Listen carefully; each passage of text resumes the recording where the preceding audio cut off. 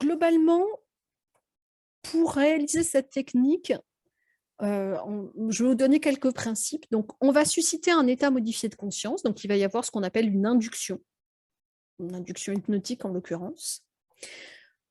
Pendant tout le travail, on va solliciter la participation active du client. Quand je dis active, c'est qu'il va nous parler, en fait. Tout du long de la séance, il va nous raconter ce qu'il imagine. C'est vraiment de ça dont il s'agit. Et il va s'agir d'une technique de visualisation ou d'imagination transformatrice. Je disais visualisation, je dis maintenant plus facilement imagination, parce que visualisation, ça sous-entend pour beaucoup de voir avec les yeux. Mais il y a des gens qui perçoivent totalement autrement, qui ont les informations sans qu'il y ait d'image, et c'est OK. Et même quand il n'y a pas d'image, des fois, on peut décrire des couleurs quand même. Ça n'empêche. Hein. Mais du coup, le mot imagination, en général, est moins bloquant pour les personnes. Du coup, ça veut dire que c'est effectivement utilisable, quelle que soit sa technique d'origine, ou même son absence de technique au départ.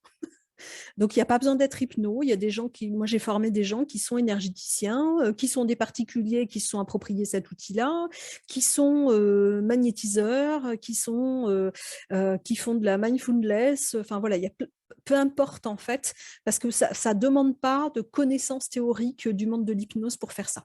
OK ? Et vous verrez, il y a une portée énergétique dans la technique. Pour vous décrire un petit peu, même si on va rentrer dans le détail juste après, mais il y a un moment donné où il va y avoir des échanges d'énergie. Je vous explique quelle est l'idée de départ. L'idée de départ, c'est que quand on est en relation avec quelqu'un, que la personne soit décédée ou pas, on a été en relation avec quelqu'un, qu'on soit en relation avec un événement. On a habité une maison, un lieu, on a été en contact avec une maladie, avec une situation, une expérience, quoi qu'il en soit. Bah, y a l'idée qu'à partir du moment où je suis en contact avec autre chose que moi, il y a des échanges d'énergie. Hein, de la même façon que si je frotte ma souris, je ne devrais pas la souris, c'est pas une bonne idée. Mais je frotte mon téléphone, mon pull, machin, il y a des échanges d'atomes, c'est des atomes, je suis nulle en physique, c'est pas grave, qui passent de l'un à l'autre. Bah, de la même façon, à partir du moment où je suis en relation avec quelqu'un ou quelque chose d'autre, il y a des échanges d'énergie qui se font. Les échanges d'énergie, ça se fait à l'insu de nous et de notre volonté. Hein. Ce n'est pas une question de choix. Ce n'est pas qu'on donne de l'énergie à l'autre parce qu'on est gentil et qu'on est généreux.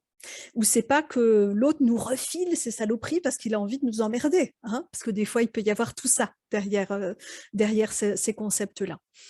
Ou c'est pas non plus que l'autre nous parasite et vient nous pomper notre énergie. Hein.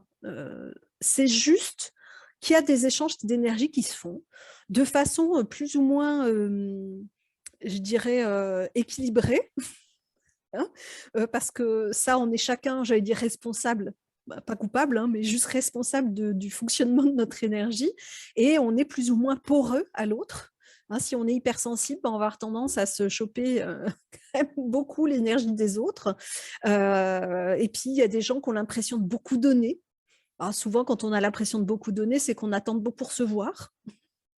Hein. Mais en tout cas, il y a des échanges d'énergie qui se font. Dans le travail qu'on va faire, il y a un moment donné où on va du coup aller récupérer son énergie, l'énergie qui nous appartient, et on va rendre à l'autre l'énergie qui lui appartient. D'accord ? Donc ça, c'est vraiment purement, j'allais dire, physique, au sens de... il ne s'agit pas de je te rends ce qu'il y a à toi et je récupère ce qu'il y a à moi. Hein. Ce n'est pas des affaires qu'on récupère. Hein. C'est juste que involontairement, à l'insu de chacun, on s'est retrouvé, voilà, on se retrouve un peu chargé de l'énergie de l'autre et l'autre se retrouve chargé de la nôtre. Hein, y compris nos enfants, hein, récupérer l'énergie qu'on leur a refilée sans qu'ils aient rien demandé, c'est cool. Hein. Ça ne veut pas dire qu'on ne va pas, parce que voilà, là encore, hein, c'est aussi des mots qu'on utilise. Je dépense de l'énergie, je m'investis, machin. Mais là, il ne s'agit pas de ça. On parle vraiment d'énergie, de son énergie vitale, je dirais. On a chacun de l'énergie vitale et on en perd à chaque fois qu'on est en relation avec d'autres, un petit peu. C'est pas grave, c'est comme ça, c'est la vie. Ça fait partie de ce qu'on est. Et on en récupère, on se retrouve chargé de l'énergie des autres. Donc, il va s'agir de ce que chacun récupère ce qui est à lui. Parce que ça fait vachement de bien. Et quand on va récupérer, on va purifier et ce qu'on va donner, on va le purifier avant de le rendre et on va purifier ce qu'on va récupérer. On va voir comment juste après. D'accord ? Juste pour vous dire, il y a cette dimension-là aussi dans le travail.